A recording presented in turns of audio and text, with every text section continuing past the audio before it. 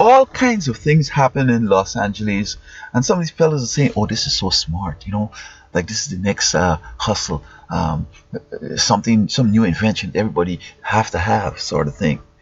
Now, the latest is they're trying to create a Salvadorian town or city in Los Angeles, and they're saying that you have Koreatown and you have Chinatown and so on, and I'm not sure if this is the right way to go. Now, with China and Korea, basically, and Japan tongue, maybe Tokyo tongue. I mean, they're Asian tongues and so on, and they do offer something to us. I mean, Japan does stuff. I'm not gonna say invent stuff or whatever. They create things. They create products.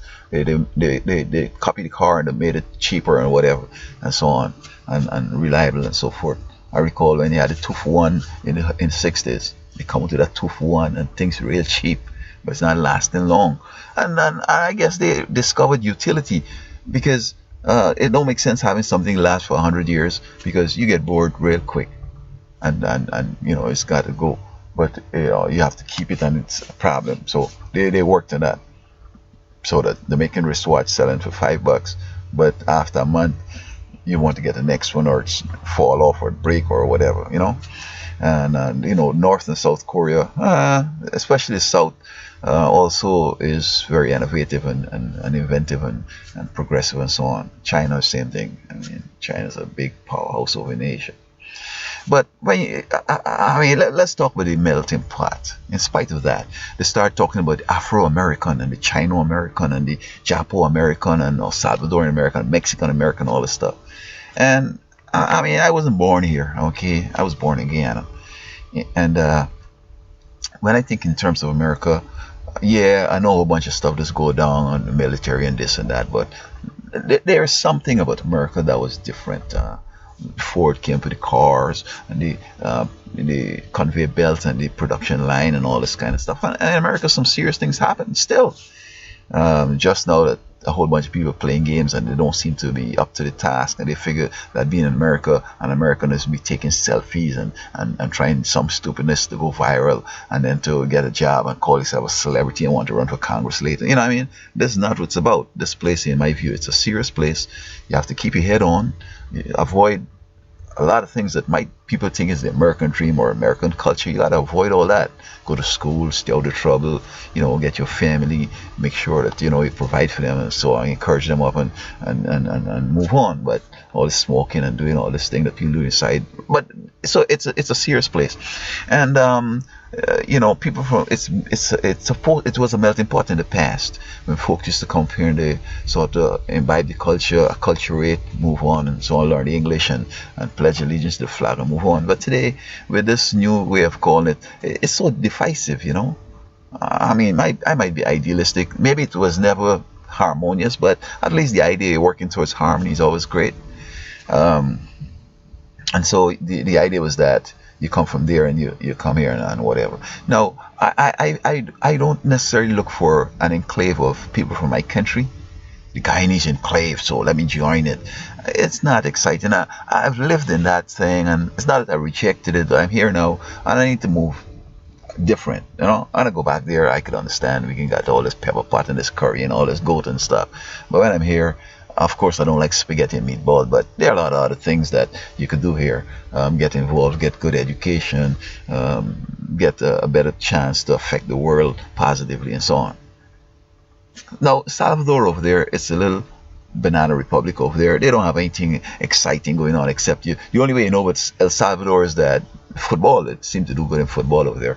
And you might meet somebody you don't know and they'll say they're from El Salvador, and you say, oh, nice place and so on. But you never hear them going to the moon or they develop some rocket science or something special. Nothing.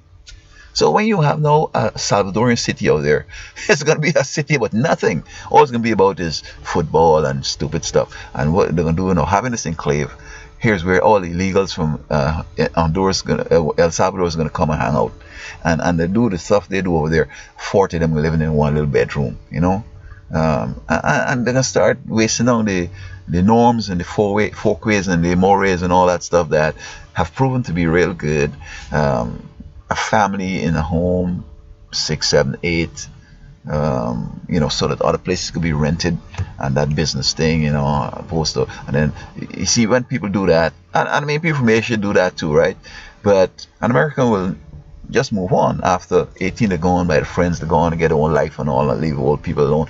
Oh man, they crowding in there, 40 of them in one place.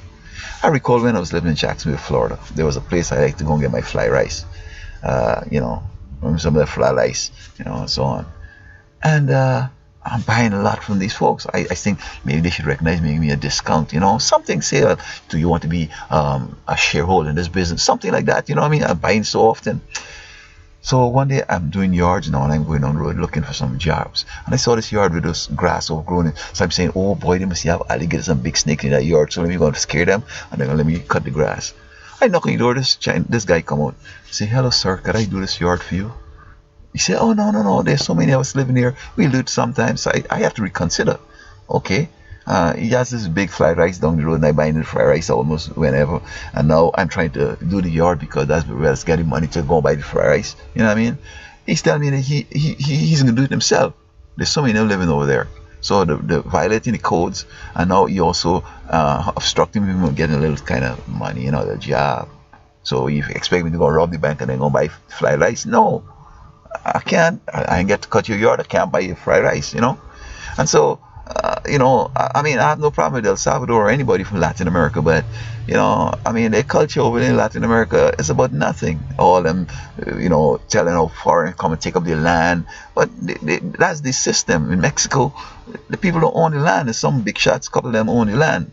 So now I saw a video called El Norte, where people from Guatemala were being exploited and this and that, and they tried to unionize and they shot them and two of them come up to the States and all this stuff, and first time they see flush toilet and whatever. I mean, can't they have that down there?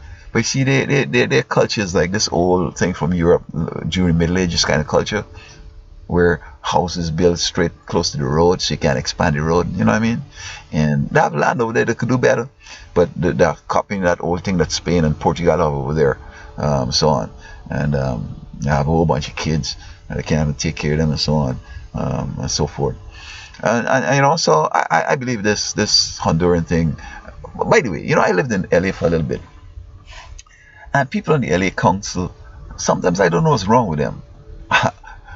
LA is a mecca for homeless and stuff. They had like 40,000 homeless people in that little place called LA. And a guy said to me, he said, you know what? Man, this thing is such an established thing. This is like a community here. And the city is thinking in terms of making a little village for the homeless. And I'm saying, like, this would be a big joke. You have the homeless village. You have to have pharmacy, grocery store, hospital, police station, jail. You have to duplicate everything you have already across the street and around the block. So to keep these homeless people, I guess they must want to keep them out to the street or whatever. But I mean, they're not producing nothing. They're expecting a check, and plus you're coming back and duplicating services. I mean, this is such a brain dead idea that it never happened anyway. And I mean, LA has some serious problems like rats all over the street on 7th Street over there, and San Pablo by what street is that? Let me see, by 4th or 3rd. By a little restaurant, they see some holes in the side road, and this council is not doing anything with it. But yet they want to fund and start some little homeless city over there. Now they want to give these people a Salvadorian city, I mean, we should be asking these folks to rub out that name of Chinatown and Hong Kong, Koreatown and Tokyo Town and all that stuff, and let us be just Los Angeles.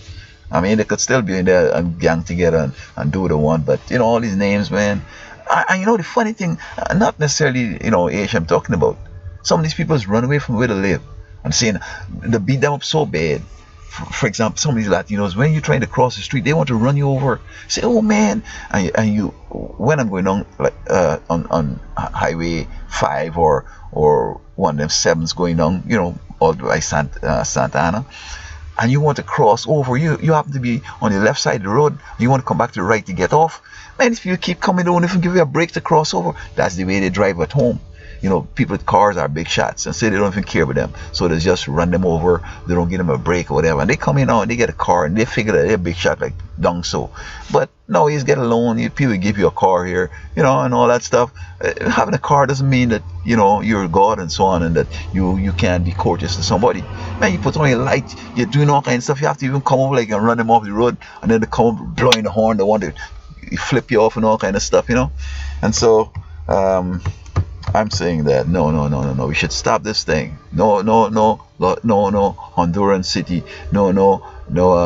Little Mexico, and no little Jamaica, and no little El Salvador, and little Brazil, and all that stuff. No, man. Here now. Why content with a little when you could have the whole El Salvador? You know, go back to Salvador and say, haha, this El Salvador. But to try to bring El Salvador up here, it's a problem. When I was living in Toronto, there was a guy from Russia. He was in Toronto almost 40 years and he can't speak English. Why? Because he's in a little Moscow tongue. So you're talking to them boys in Moscow stuff, you know, this Russian thing.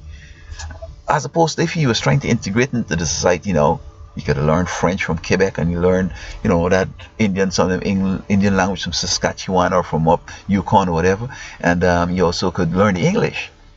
So now you could know French, English, native language, and then you got this Russian back down. And same to these people from wherever they come from, Latin America, they won't try to speak English. They tell no habla English, no speak English, no, you know. Listen, man, if you don't want to come here and learn to speak English, why you came in the first place? Because it make life difficult for yourself. You don't get nowhere, and then you come back and blame people saying, you know, I didn't get nowhere in life, and you want to try robbery and all kind of bandit stuff, you know. So people need to remember, when you're suffering back home and deciding, if I go to America, life will be so easy. But you got to leave that thing back there, man, and just come with a mind that, man, I'm going to adjust to this place because I want to have that kind of life. It's only when you adjust to this life you can have it. Now, I know they come on the trial kind of games where they hook up with one another and try to, you know, snuff your business. He working over here and his one working over there, know each other from down so to speak that Spanish. And what they're doing is, you know, they're trading with your business. I recall I was driving a truck out to LA going that way, you know, up to the east on Highway 10. And this guy sent me an empty tractor trailer, empty trailer. And he has written 50 pallets. So he's going to make almost about 500 bucks just like that, and he sent nothing. And they're so dumb in that you can't be buying 50 pallets every day, you know, spirit pallets, no pallets, and expect that one day it won't show up on the books. We have 1,000 pallets, but we don't see any. Where are these pallets gone? You know, and then they're gonna start doing all kind of spying or whatever, and they're gonna get him and fire him. So I went up there, and I am not a part of the game. I don't know what they're really doing. Give me a pouch, tell me looking through, but that's their business. I ain't touching it, I ain't going it, nothing like that. So I guess somebody, the wrong person, you touch him. When they say, oh, we solved the problem because he had some note. Well, you know, them 50 pallets that we sent, you got none. This is how you divide the money, so they let all them go, you know. I mean, learn the language and try to go to school and get a good life and an education, and perhaps go back to Mexico or to Honduras and uplift the community over there. Teach them new ways of farming and so on, and put money together and buy back the land from some of them oligarchies and so forth. Yeah, so I'm up in hand with it because, as I say, I am going to mix in the community. I don't want to live where a whole bunch of black people live. I don't want to live where a whole bunch of people from my country live. There's some blacks, there's some whites, there's some Chinese, there's everybody. I want to learn stuff, man. I know about that stuff that's do back home. I want to learn how white folks do things. I want to learn how to do things in China, Japan and China. If I could live with the whole world, everybody from a different part, and I could spend every now and then by different learning what they do up there, then I'd know everything. You see what I'm saying? That's fun, that's exciting. Than just falling into, you know, back home where we used to do this, and I don't want to get into all that back home stuff, man.